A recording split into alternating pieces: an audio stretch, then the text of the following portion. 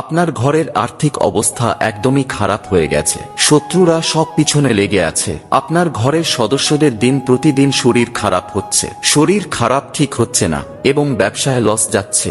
ঘরে একে অপরের সাথে তালমিল ঠিক হচ্ছে না।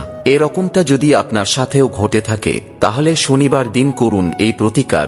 2 দিনের মধ্যেই এর ফলাফল আপনি দেখতে পাবেন। পরীক্ষিত ও প্রমাণিত এই প্রতিকারটি জানার আগে প্রভু শ্রীরামের ভক্তরা মন থেকে একটি লাইক করে কমেন্টে জয় শ্রীরাম লিখে দিন। তো চলুন জেনে নেওয়া যাক। 4টি লাল শুকনো লঙ্কা, কিছুটা হলদে, সর্ষে এবং 1 চামচ লবণ নিয়ে একত্রিত করে কাপড়ের একটি পুঁটলি তৈরি করুন।